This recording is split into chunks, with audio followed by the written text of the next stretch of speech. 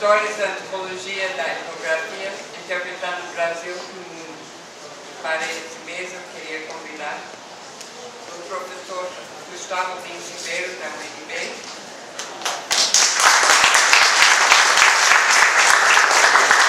a professora Salete Cavalcante Barbosa, da UFPE, o nosso supremo chefe, professor Wilson Pérez Marques, também está aqui dentro do trabalho.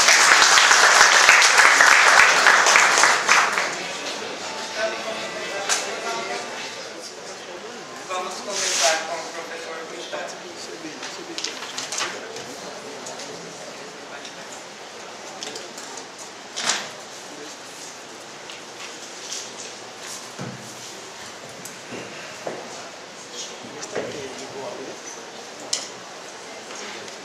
Boa tarde a todos. A professora Judite já me disse que eu tinha que ser bem polêmico para ninguém dormir.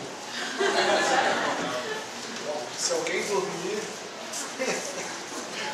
vai ser um índice que eu não consigo ser muito polêmico. Bom, só um dormir não tem problema, mas se eu olhar para vocês metade estiver dormindo, aí eu vou ficar desapontado. Mas, primeiro, eu queria congratular o programa de pós-graduação daqui da Universidade Federal de Pernambuco pelos seus 35 anos muita luta e muito trabalho pela antropologia brasileira. Quem participa de um processo tão longo como esse sabe quanta energia é colocada, né, por parte dos estudantes, dos funcionários, dos docentes, de todos que formam a comunidade acadêmica desse centro importante da antropologia brasileira. Eu sinto muito à vontade aqui em Recife, porque eu também sou recifense, nasci numa maternidade que não existe mais, que é a maternidade da Moderna. Não existe mais não, né? Existe? Tem uma maternidade lá? Então, parece que existe. E morei primeiro em Madalena e depois pertinho do Parque 13 de Maio. Então, como a maioria de vocês, eu também sou pernambucano, mas não como a maioria de vocês, eu sou um pernambucano falsificado, porque eu não consigo mais falar o sotaque pernambucano, a não ser quando eu digo cebola. Bom, mas não é para isso que a gente está aqui hoje, né? Me pediram para falar sobre o Brasil e a antropologia brasileira, os antropólogos, o que é que nós fazemos no mundo, fora do mundo, fora do Brasil, fora do mundo é um pouco difícil, né? Ainda não morremos. Ainda não chegamos nessa estágio. Vocês não estão me ouvindo? Então, aí atrás? Tem que falar bem pertinho assim? Oba! Tá. Agora deu, né? Tá bom, obrigado. E eu resolvi dividir o que eu vou falar aqui em três grandes, vamos chamar, sessões, né? Primeiro, o que vem sendo feito. O que os antropólogos brasileiros têm feito que tem a ver com atividades de pesquisa fora do Brasil e como que os antropólogos brasileiros têm influenciado a agenda antropológica em geral. Em geral, quero dizer, mais além das fronteiras brasileiras. Segundo, uma coisa um pouco mais programática, que é o que pode ser feito. Né? E o que é que nós ainda podemos fazer para ter uma participação mais proativa e mais influente no cenário mundial, uma vez que, de longe, a antropologia brasileira é uma das mais importantes que existe no mundo, né? Então, eu vou tocar também nesse aspecto. E terceiro, que na verdade eu poderia focar só nisso, mas eu queria fazer uma coisa mais ampla, né? Que são as chamadas teorias do Sul. Coincidentemente, é o título do último livro dos Komaroffs, né? O casal talvez mais conhecido da antropologia internacional. Para as pessoas da minha geração, a gente poderia dizer o casal 20 da antropologia internacional. Eu acho que para vocês que são jovens, essa história de casal 20 não faz sentido, né? Não faz, né? Vocês não sabem o que significa isso. Pois é. Isso é outro marcador de geração, né? Então, essa vai ser a última sessão. Eu vou só jogar umas ideias para ver se a gente debate. Eu acho que a antropologia brasileira ela tem sido muito tímida nessa frente e existem explicações para isso. Então, vamos começar pela primeira parte, que é o que vem sendo feito, né? E, nesse sentido aí, eu estou dividindo entre pesquisas que têm sido feitas, pesquisas que são feitas por brasileiros no exterior e pesquisas sobre brasileiros no exterior. Então, nós teremos pelo menos duas vertentes que já estão razoavelmente consolidadas na participação dos antropólogos brasileiros em atividades fora do Brasil, né? E essas pesquisas que são feitas por brasileiros fora do Brasil, elas não necessariamente, na verdade, eu estou fazendo uma separação.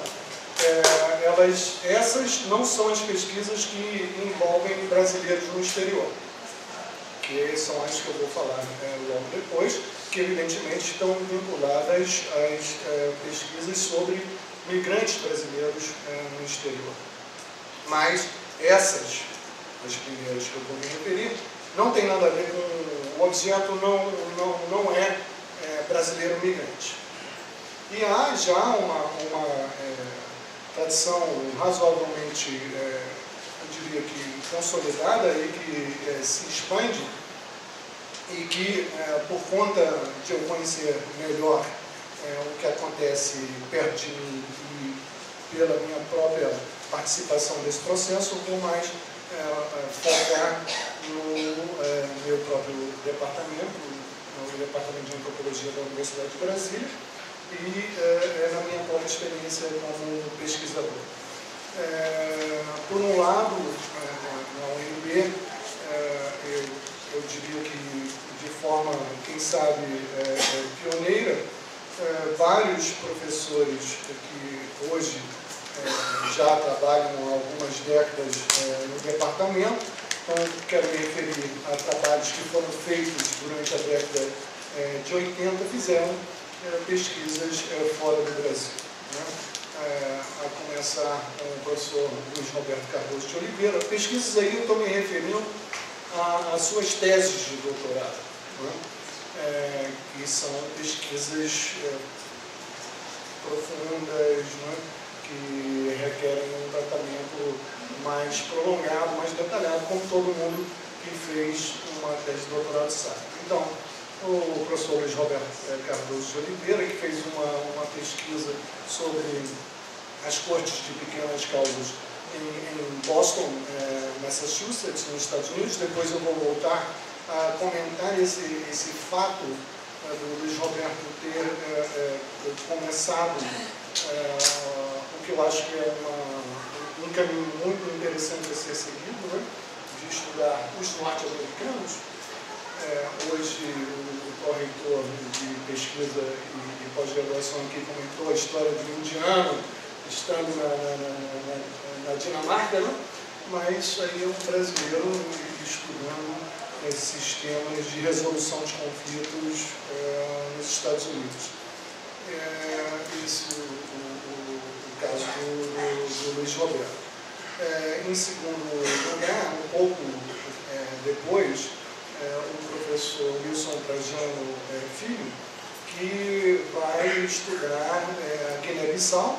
É interessante que aí a gente vê um movimento que é um movimento muito típico daquilo que está ocorrendo, com o que talvez a gente pudesse chamar os... Eu não gosto muito dessa expressão não, mas talvez a gente pudesse chamar de os africanistas brasileiros, né? Aqui, num primeiro momento, eles vão atrás da língua portuguesa. E descobrem que não é bem a língua portuguesa que existe ali, né? Foi, por exemplo, o que aconteceu com o próprio Trajano, que logo se dá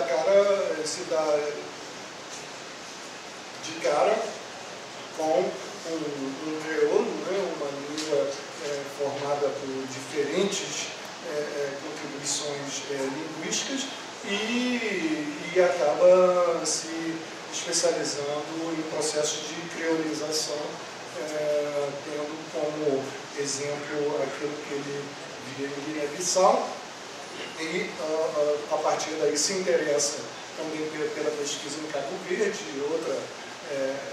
outro país onde se fala um crioulo, né?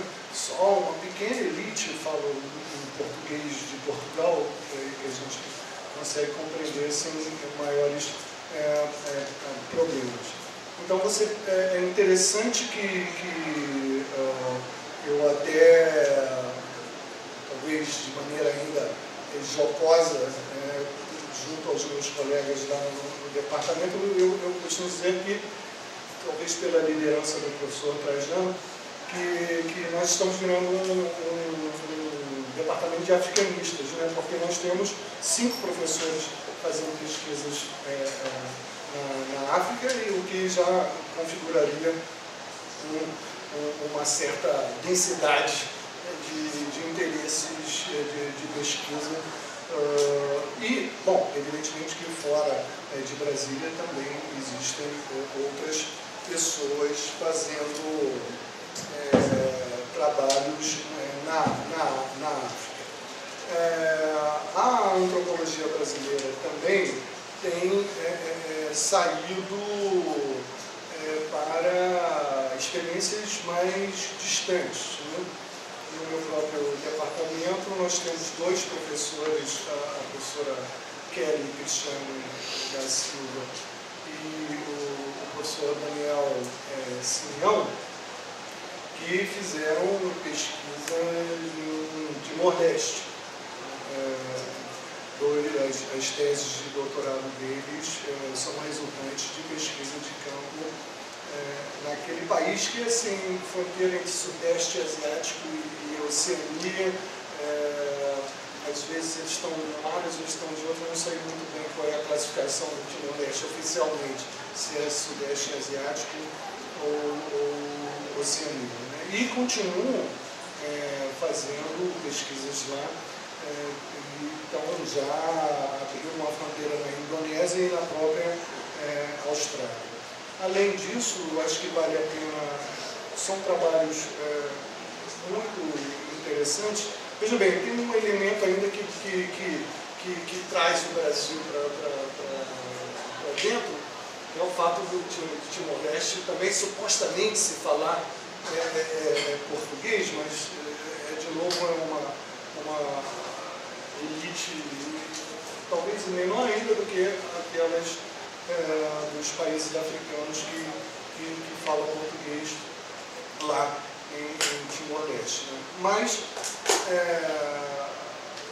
particularmente interessante, eu acho que os colegas foram muito felizes em escolher esse cenário para um cenário de pesquisa, porque é um Estado-nação em construção, né?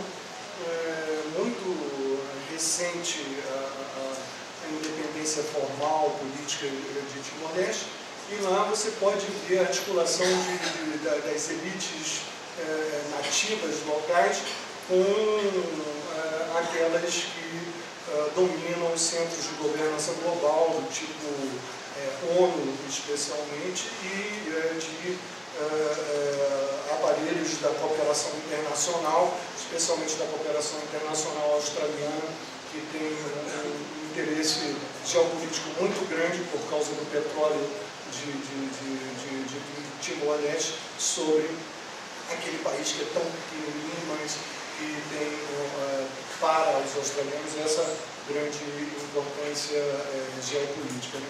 Então, você pode, etnograficamente, fazer pesquisa sobre o surgimento de um Estado nacional, o que, para a gente, é sempre um capital importante, né? Tudo aquilo que você pode aplicar ao nosso método preferido para estudar alguma coisa que, às vezes, só o sociólogo ou o historiador pode ter acesso. E, em grande medida, esse cenário de Timor-Leste proporciona essa possibilidade, e foi isso que foi muito bem explorado por esses dois colegas. Saindo um pouco de Brasília e mostrando como que a antropologia brasileira, que não está indo atrás dos brasileiros, né? Também tem chegado a lugares bastante longínquos. Eu vou me referir a um trabalho, dessa vez, de uma doutora, terminou o doutorado em 2010, da Rosana Pinheiro Machado, que é da Universidade Federal do Rio Grande do Sul, que é a tese de doutorado dela, que chama Made in China, que ela fez pesquisa em Hong Kong, né? E do outro lado da fronteira de Hong Kong, porque Hong Kong, apesar de ser China, não é China, né? Os chineses operaram esse milagre de inventar um país com dois sistemas, e Hong Kong é do outro sistema, né? Na verdade, para você sair de Hong Kong para o outro lado, você tem que passar, né, em alfândega, apresentar passaporte, a moeda muda, a língua muda. Então, ela fez pesquisa em Hong Kong e em Shenzhen, que é uma cidade que está a 40 quilômetros de Hong Kong, sobre o sistema de produção de mercadorias que são cópias não autorizadas, que em geral são conhecidas como pirataria. Né? Então, o trabalho da Rosana levou ela até a China, provavelmente a primeira antropóloga brasileira a fazer pesquisa de campo na China. Atualmente, até orientando da professora Lia, que está aqui presente, nós temos um estudante da Universidade Brasileira fazendo pesquisa na Antártida. Né? Então, acho que era o último continente que um antropólogo brasileiro ainda não tinha chegado. E eu não sei se outros antropólogos latino-americanos já estiveram na Antártida. Não é um continente muito estudado pelos antropólogos, especialmente porque não existem nativos na Antártida, né? E tem um processo que a gente, forçando um pouco o sentido da palavra colonização, é muito atípico, porque ele é feito através de bases militares e científicas. Né? Então, é isso que o Luiz Guilherme está pesquisando lá na Antártida. Isso é sempre para a gente ver que tem, e evidentemente, essa é uma amostra muito enviesada, porque existem muitos outros exemplos. Como eu disse, eu ia falar mais do que eu conheço, e não estou falando da minha própria experiência, que na década de 80, que eu acho que foi quando realmente começou essa tendência de começar a fazer pesquisa fora do Brasil, que foi que eu fiz uma pesquisa na fronteira da Argentina com o Paraguai, por isso eu morei 2 anos e meio naquele país. Né? E também não tinha nada a ver com questões brasileiras. Na verdade, o meu interesse, como o interesse normalmente das pessoas que fazem pesquisa fora do Brasil, são interesses antropológicos e sociológicos, eu diria, mais amplos, no sentido de que não estão pautados por nacionalismo metodológico que é muito típico de todas as ciências sociais, né? O Norbert Elias já falava do naciocentrismo das ciências sociais. E, em grande medida, num determinado momento você pensa, só os brasileiros estão limitados pelo horizonte do Estado Nacional. Aí você vê, não, os latino-americanos também. Aí você vê, não, na verdade, é uma questão muito mais ampla. Essa de você confundir os problemas válidos para a pesquisa com aquilo que é um problema válido, político, econômico, cultural do seu próprio país, né? E nessas pesquisas que a gente vê, esse tipo de pesquisas de brasileiros no exterior, e não sobre brasileiros no exterior, elas apontam mais para esse tipo de problemática mais vasta, né? Como no meu caso, eu estava muito mais interessado em compreender a expansão do sistema capitalista mundial através do estudo de uma grande obra da construção civil na fronteira da Argentina com o Paraguai, e para, a partir disso, poder proceder a uma crítica à ideia de desenvolvimento e a todo o aparato de planejamento que está por trás do que naquela época se chamava de grandes projetos de desenvolvimento. Bom, então essa é a primeira linha, né? Brasileiros fazendo pesquisas fora do Brasil e tem crescido. Eu acho que só vai crescer porque nós temos a capacidade, não apenas intelectual, mas institucional. Felizmente, nós temos um aparato de financiamento de pesquisa que está bastante consolidado, né, que nos permite fazer pesquisa no exterior. E permite aos doutorandos também, porque todas essas pesquisas que foram feitas por doutorandos foram feitas através de bolsas sanduíche. Então, você pode ir para um país com a sua bolsa sanduíche e fazer pesquisa naquele país ou num terceiro.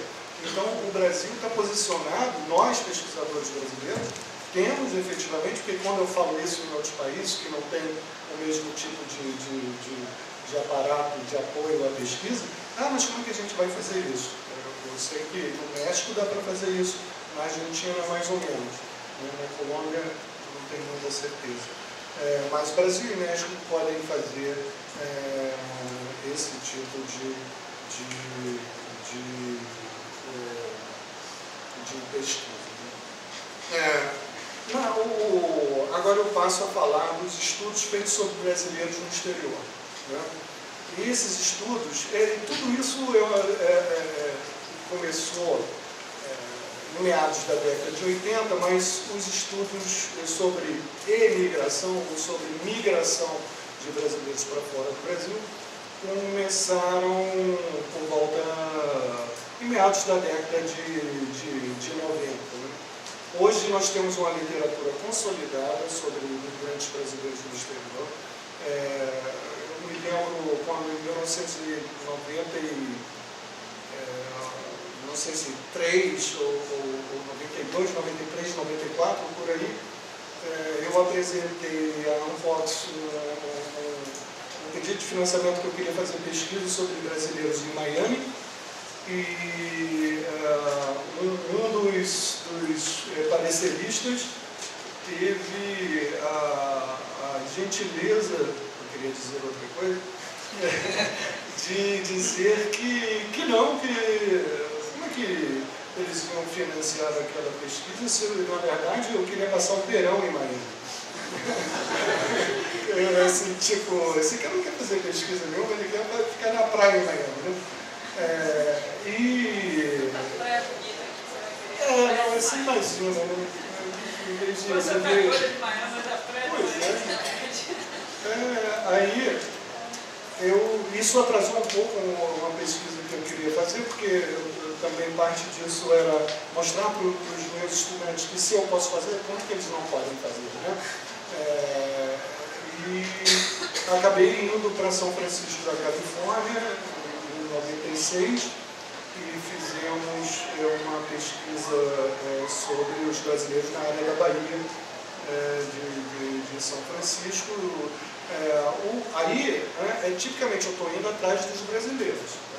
Na Argentina eu não fui atrás de brasileiros nenhum, como o Luiz Roberto não foi atrás de brasileiros em Boston, nem o Trajano atrás de brasileiros em Guiné-Bissau, nem a Rosana atrás de brasileiros na China. Né? Mas isso é o outro lado. Quando o antropólogo brasileiro sai, mas ele está indo pesquisando brasileiro fora do Brasil. E tanto que um dos artigos que eu publiquei sobre isso, tinha o seguinte título: o que faz o Brasil com S, Brasil com Z. Né? O que faz o Brasil, porque o famoso ensaio do Roberto da Mata, o que faz o Brasil de B pequeno, Brasil com B grande, né? Era um ensaio. E, na verdade, a minha ideia era de que, num sistema interétnico onde os brasileiros são transformados em minoria, você pode, etnograficamente, apreender o jogo identitário entre os brasileiros e os outros. Né? E, efetivamente, essa uma das... Eu não queria escrever mais um ensaio, porque o pensamento social brasileiro está cheio de ensaios sobre o que é o Brasil. Né? São ensaios, né? Não são necessariamente montados em cima de pesquisa. Eu queria fazer uma etnografia do que era o Brasil a partir de uma identidade vivida. E é essa que é construída na segmentação étnica, quando o brasileiro é tornado uma minoria. Então, daí, esse artigo, desde bem que eu não estou chamando de ensaio, porque não é baseado em pesquisa, que é o que faz o Brasil. E, interessantemente, não há muitas surpresas. Né? Depois eu escrevi um outro que chamava Goiânia, Califórnia. Não sei qual de vocês aqui se lembra de um filme chamado Paris, Texas. Né? Então, se existe Paris, Texas, existe Goiânia, Califórnia. Né? Então, mas é porque a maioria dos imigrantes na área da Baía de São Francisco eram goianos. Então, eu tinha um bom motivo para dizer que existia uma Goiânia na Califórnia. Interessantemente, os goianos viram cariocas, né? Na segmentação étnica norte-americana.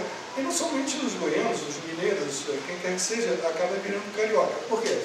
Porque o Rio de Janeiro é uma espécie de cinérope do Brasil.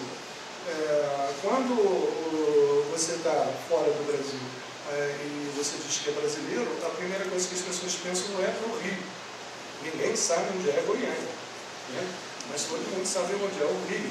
E então tem aquela imagem tropicalizada do Brasil, porque o Rio representa uma imagem tropicalizada colonialista do Brasil, né? Como, em geral, o litoral brasileiro todo. Né? E, em segundo lugar, você tem Salvador. Claro, se você está pensando em pessoas mais educadas, talvez mais interessadas no capitalismo, não saber de São Paulo também, que é uma grande cidade, etc. Mas a primeira que vem à cabeça é o Rio de Janeiro. Então todo mundo vira carioca imediatamente. Então era muito interessante ver os goianos virarem passistas de samba, né? Quando lá em Goiânia os goianos são mais conhecidos pela música sertaneja, todos nós sabemos, do que por serem fortes em qualquer atividade de samba. Mas veja bem como é que o estereótipo identitário acaba reconstruindo, porque é uma linguagem necessária para a sobrevivência dos migrantes internamente ao sistema interétnico. Bom, isso para dar um exemplo, mas como eu estava falando, é uma literatura que dos anos 90 para cá, quer dizer, nos últimos 15 anos, cresceu muito. Né? Nós temos muitas teses, livros, GTs, veja o GT da UNPOD sobre migração, há quantos anos que ele existe. Sobre migração, o brasileiro não chegou, né? Migração interna. Também na RBA se discute migração brasileira. A professora Carmen Riel está aqui na minha frente, também pesquisadora desse assunto, num viés extremamente interessante, que são os jogadores de futebol no Brasil, no exterior. Né? Veja que a gente já vai começando a chegar no nível de sofisticação que você pode fazer. Eu vou falar sobre os jogadores de futebol. Antigamente você assim, os imigrantes, eu preciso saber o que está acontecendo em geral. Né? E nós já temos trabalhos sobre mulheres, sobre travestis, enfim, sobre diferentes tipos de imigrantes. Já não é essa coisa de você mapear, né? E não somente nos Estados Unidos, mas na Europa, em Portugal, na Itália, na Espanha, no Paraguai, que é também uma presença muito importante de brasileiros chamados brasileiros. Ultimamente vocês têm visto que tem acontecido sérios problemas políticos e os paraguaios têm bons motivos para ter esses temores com relação a uma presença massiva de brasileiros no Paraguai, com influência econômica enorme. São os exportadores de soja do Paraguai. E você tem também, até recentemente aqui, em Recife, foi publicado um livro sobre os japoneses no Nordeste, né? Que eu até recomendo a vocês a leitura, que é um livro muito rico em sua diversidade interna. E nós temos a chamada migração de retorno, que são os chamados BKC, que são os brasileiros segunda, terceira, quarta geração, que voltam para o Japão para também, como a maioria dos brasileiros no exterior, se transformarem em trabalhadores em mão de obra barata. Né? Há um rebaixamento muito grande do status.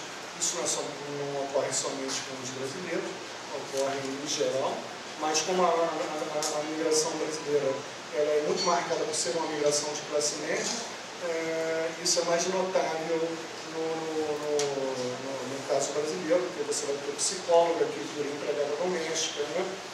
Engenheiro que vira entregador de jornal, e assim sucessivamente. Isso acontece com frequência. Existem centros importantes, eu gostaria de mencionar um que eu acho que talvez o que tem se destacado mais nos últimos 20 anos, que é o Centro de Estudos de Migração Internacional da Universidade de Campinas, que era dirigido pela professora Bela Feldman Bianco até recentemente, e atualmente dirigido pelo professor Igor José Renó, da Universidade Federal de São Carlos. Né? A outra coisa que eu queria, um outro item que eu queria apresentar aqui para vocês para a discussão, vejam, o que já foi feito e o que pode ser feito. Né? Então, o que já, outra coisa no plano político institucional.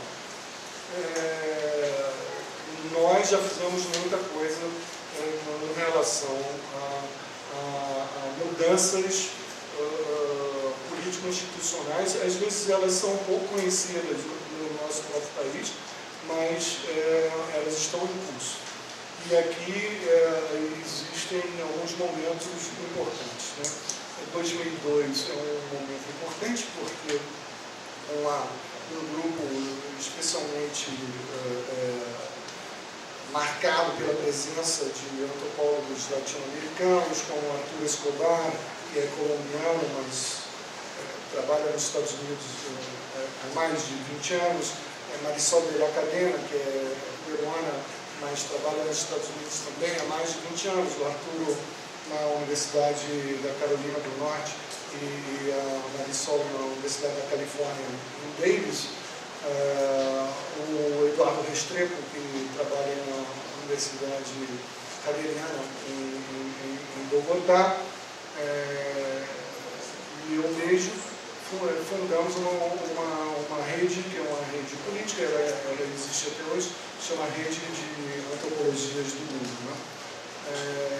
E essa rede, basicamente, ela se destinava e se destina a uma crítica, que eu acho que é uma crítica extremamente pertinente, a monotonia da hegemonia anglo-saxã na antropologia mundial.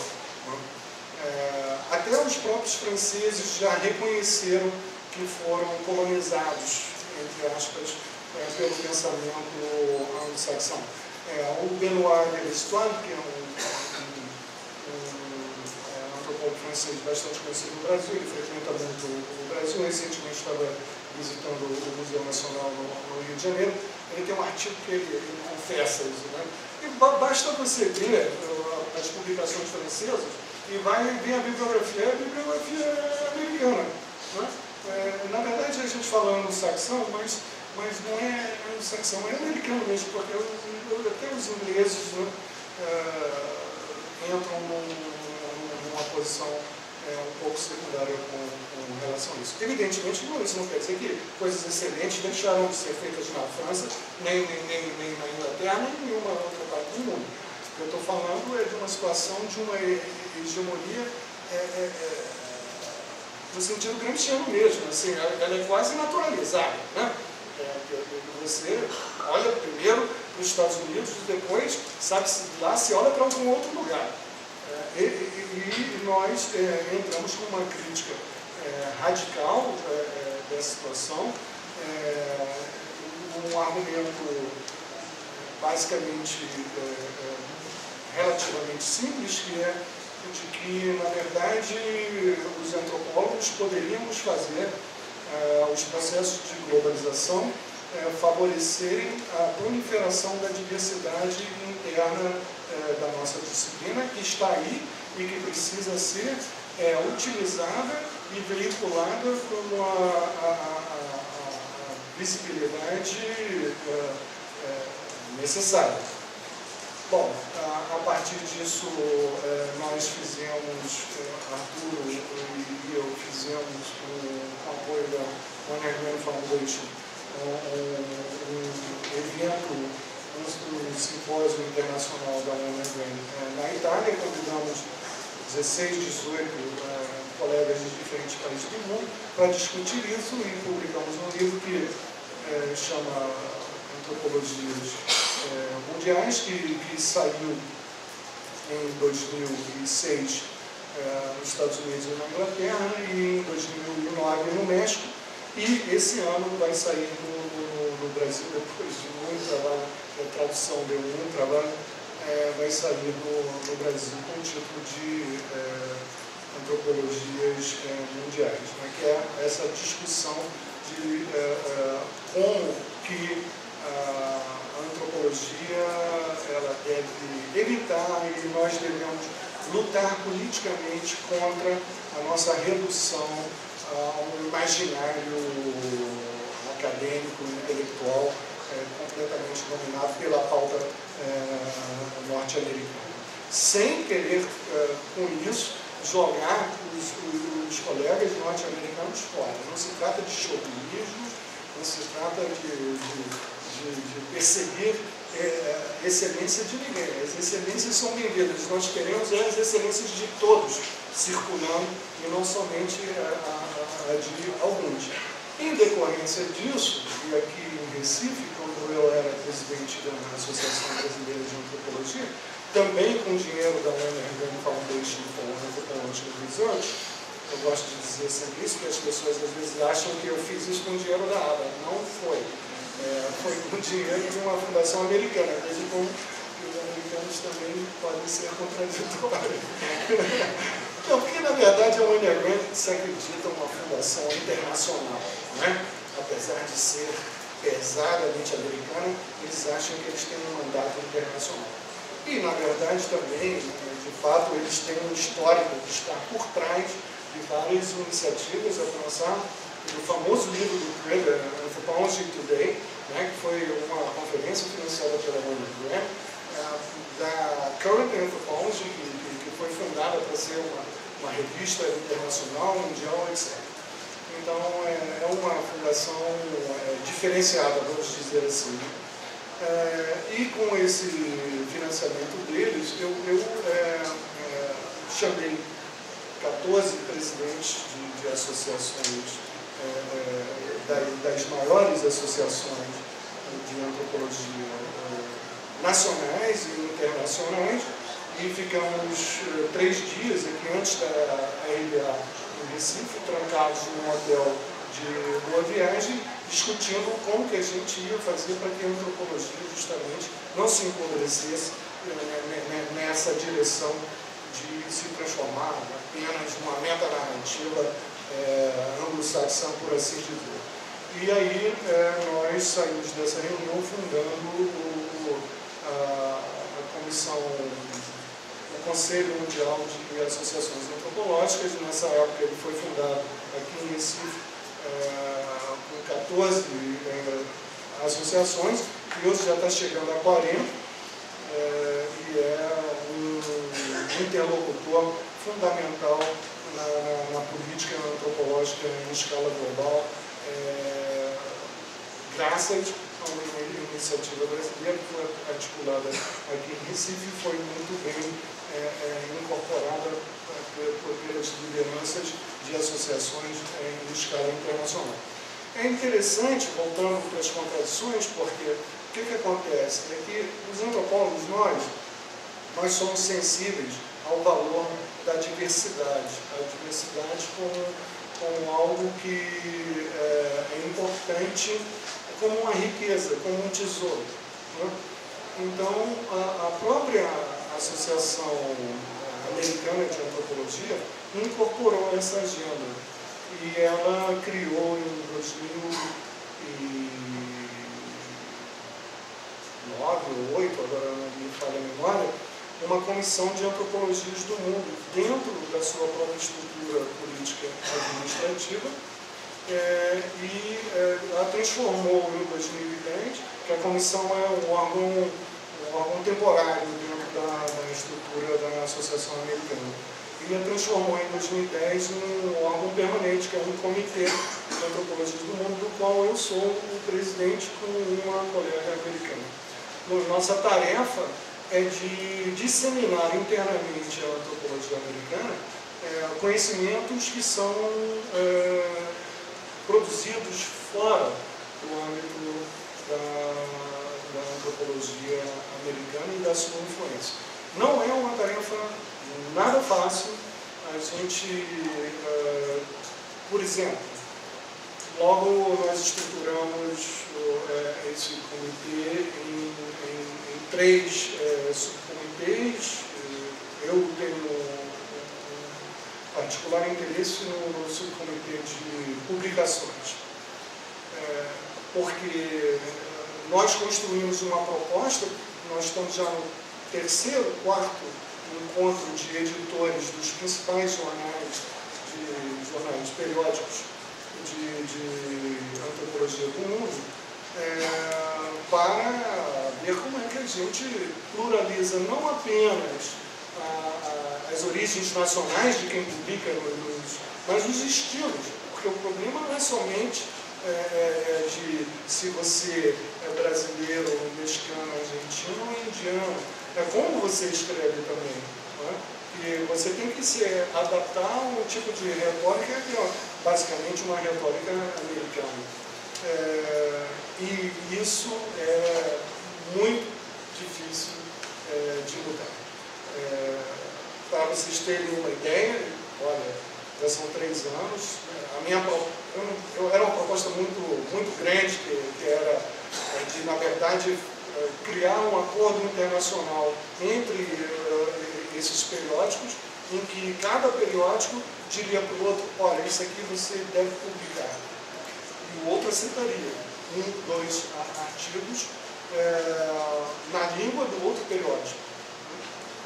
Porque a língua também é um problema aí sério, porque nós temos uma dominação evidente do inglês no cenário mundial. E aí também o problema da diversidade linguística, ele incide diretamente. E depois nós vamos continuar com esse debate. Agora em São Francisco, em novembro, vai haver de novo outra reunião, são 20, 30 editores das principais revistas do mundo.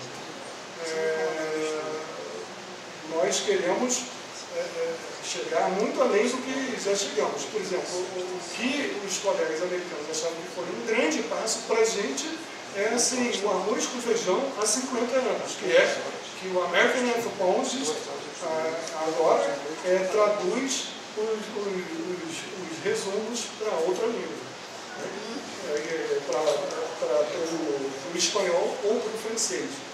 Ou talvez para a língua do autor, se o autor assim quiser. Ora, por favor, isso todo mundo faz há muito tempo, né? Então, quer dizer, mas eles acharam que foi um passo importante, etc. Então, a gente tem que ir devagar no trabalho de convencimento e dizer, olha, evidentemente, já disse várias vezes ali para os meus colegas de comitê que isso é insuficiente, né? Mas, de qualquer maneira, para vocês verem, e tem razões sociolinguísticas muito interessantes que não dá tempo para a gente entrar, por que eles têm esse tipo de reação, né? Porque é uma língua imperial. Então, e é tão gozado que, curiosamente, pelo mesmo fato de ser uma língua imperial, o inglês tem muito menos tradução, proporcionalmente, para ele, do que o francês, o português, o espanhol. Quanto menos imperial uma língua, mais traduções ela tem para ela. Já estou falando há muito tempo, né, gente?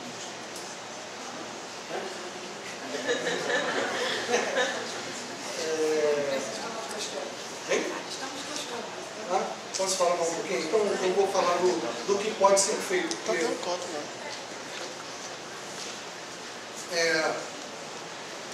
estava falando tanto do ponto de vista de pesquisa, o que vem sendo feito, e do ponto de vista político-institucional, do que vem sendo feito. Agora, do que pode ser feito, né? Aqui eu vou misturar um pouco com a questão das teorias do Sul também, que é o seguinte. Então vamos começar mais pelo lado teórico para a gente ver por que eu penso que esse tipo de pesquisa é importante, né? Há um cenário intelectual mais amplo, não apenas da antropologia, mas talvez a gente pudesse dizer das ciências humanas em geral, né? Que não se restringiria obviamente às ciências sociais apenas, tem sido muito marcado desde os anos 90, em alguns lugares antes disso, por um determinado tipo de debate, que é um debate enorme, que se organiza sob o guarda-chuva do chamado pós-colonialismo. E isso por um lado, sendo que o pós-colonialismo ele virou uma espécie de vertente, eu não diria teórica, apesar de que eles têm vários dos autores que escrevem e que se filiam, né, que dizem que são pós-colonialistas, etc., diriam que sim, mas tudo bem. Eles, enfim, vamos voltar. Esse grande guarda-chuva do pós-colonialismo, que tem um alcance mundial, né? Na verdade tem se transformado numa